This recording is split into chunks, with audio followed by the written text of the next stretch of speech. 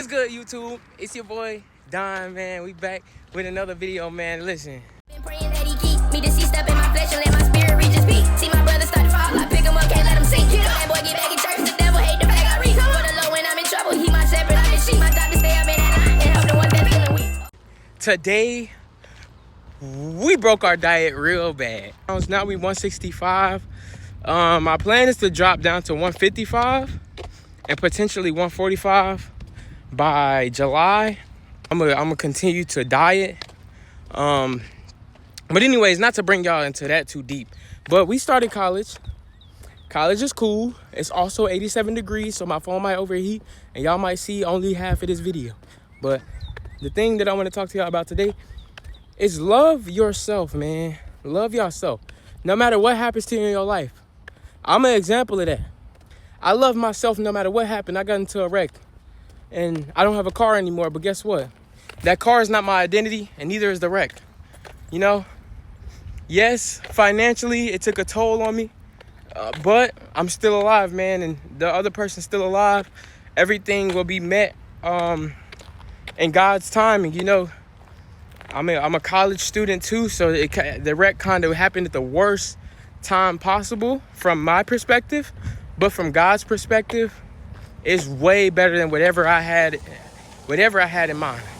That's why you gotta love yourself. If you love yourself despite all of this stuff, all of the materialistic, and find love into your soul, this in your spirit that's gonna go beyond this life, that's how you become more calm and positive, like the version of you that you want to be.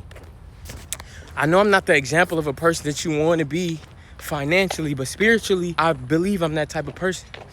I don't get aggressive. I'm not mad. I don't do anything like that. I know where I'm going in life. I know my direction in life. It's just I'm at the beginning of it. You know what I'm saying? And what y'all see now is a man walking, but I got a plan though. And the plan aligns with God. So I'm going on his timing. Man, I done got dark. But I'm going on God's timing, y'all. Look at it, this hill behind me I'm about to climb up. I don't even know how outside that. This hill be killing me sometimes, but I'll survive and make it to the other side. And the funniest part is, I love planes, but the funniest part is, it's two hills. It goes from a 10% to an 8%. So this one to an 8. And yes, I'm weird like that, so I know the grades, but just because I be walking and stuff. But what we doing is, we in college right now. So a lot of people may think my life is going very wrong right now, but I see it in a different lens. You know, spiritually I see it. Because once you alter your spiritual life, you alter your physical life. And my spiritual life is altered, which means that I rely on God now. Not on my own strength. I know by my own strength I will fall. But a righteous man falls 7 times and get back up. Can't fall if you don't get back up. So keep trying no matter what. We attacking this hill right now too. But yeah, yesterday I finished all my assignments. I just got one read through to do. And I'm gonna do it. Probably tomorrow though. Because when I read, I like to lock in and read. Today, I just want to be fat. I've been sticking to this diet for like three whole months. So, me having a little slice of pizza, some chips and some cookies, it's gonna hit different. And I'm probably gonna fall asleep. But we're gonna do what we do. You know what I'm saying? Look at that. It's a Mustang back there, right after I wrecked mine. I'm telling you, you can't make it up. Life is what you make it. Somebody that went through trauma, seeing a Mustang would trigger them. But that only inspires me. Because my Mustang might be totaled, but my life is still livable. I can still walk in peace. So that's what we're gonna do. We're gonna take a breather right here because it's hot. But we're gonna keep going to the second hill where you gotta descend and then ascend. And that correlates with life. Because life, you gotta do the same thing. In some instances where you're living the wrong life, you have to descend first. And this is sweat, not tears. But I do cry too. But you got to descend before you ascend. So if you made bad choices in your life that put you into a hole, you're descending in the spiritual world as well as the physical world. But once you break out of that cycle that you put yourself in, you start to realize this pizza smells good. But you start to realize that once you get to the bottom, it's a arc up. Not an arc, because the arc is like this, but it's a ramp up right after that.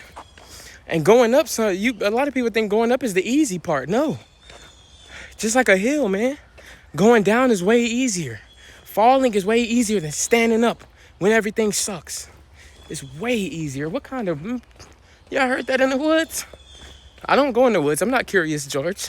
But but you got to realize, though, that it's times in life where you're going to go down this hill. You're going to go down this hill and you're going to be like, man, what am I doing wrong? I'm not understanding nothing. I'm not getting nothing. And that's where Jesus meets you at. He meets you right in the middle of it. And he's with you throughout the whole journey. Is what you realize at the bottom. Look at this bug bite on my neck. Man, that's rough. A lot of people would panic from this, but you got to realize, man, that God owns all of this. The earth, the bugs, the animals, the creatures, whatever. He owns all of it, but he meets you at the bottom so that way you won't mess it up when you go up again. You know, you're going to live your life.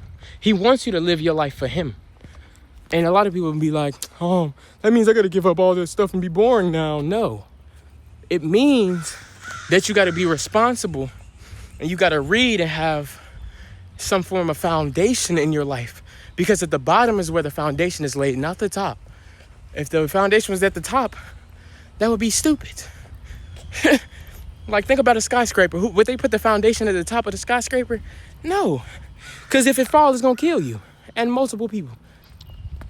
You got to realize, though, that once you get to the bottom, you can start laying that foundation down. And once you do that, when you go up, it's going to be so much harder to fall. So much harder. So much harder. You're going to have to intentionally fall. Like that crazy. You're going to have to intentionally self-sabotage in order to break your foundation. And if your foundation is Jesus, that foundation don't break. Which means once you get there, the Lord will bless you. But people just like to hear the good stuff. But the bad stuff got to come in order for you to appreciate the good stuff and know how to work through the bad. In order to be able to work through the good. Like a man, if he had $50, right?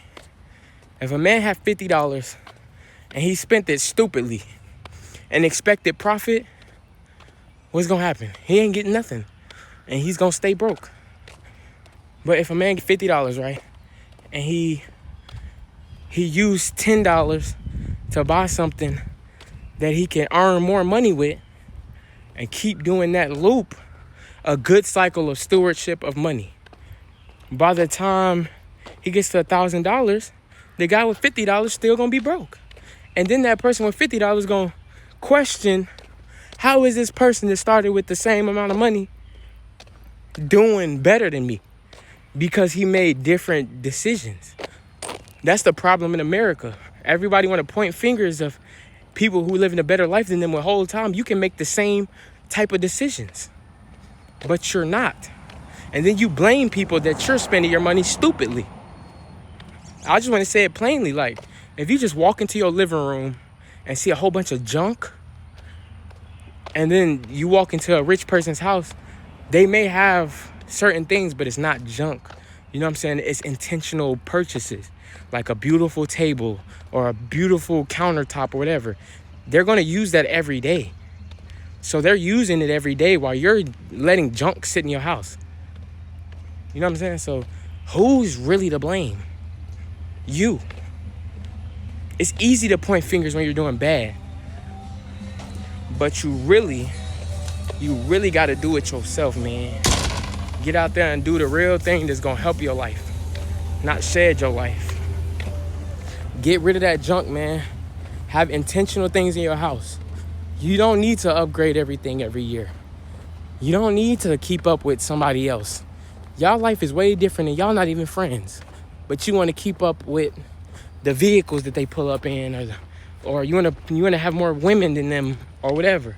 Some false sense of competition that's ruining your life. And you don't even notice it because you're trying to be competitive in the area of your life that you're supposed to be taking serious. And before you know it, your life then flashed by you and you have junk and not success.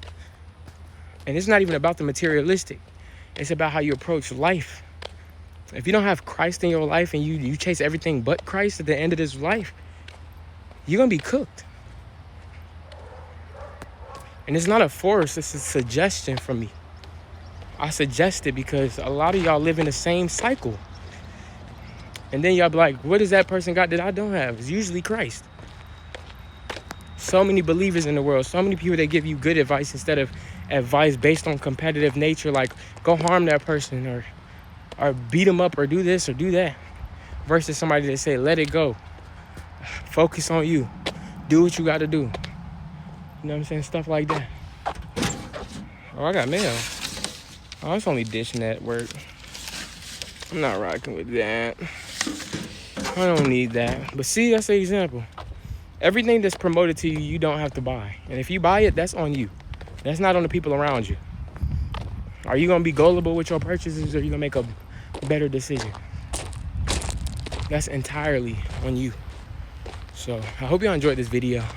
That's just my message for today. Walking back from getting food, breaking my diet today. Just keeping it transparent. My diet ain't perfect. I break here and there. But the key is to get right back on track if you break. And that's what I'm doing. All right, y'all. Don out. Peace.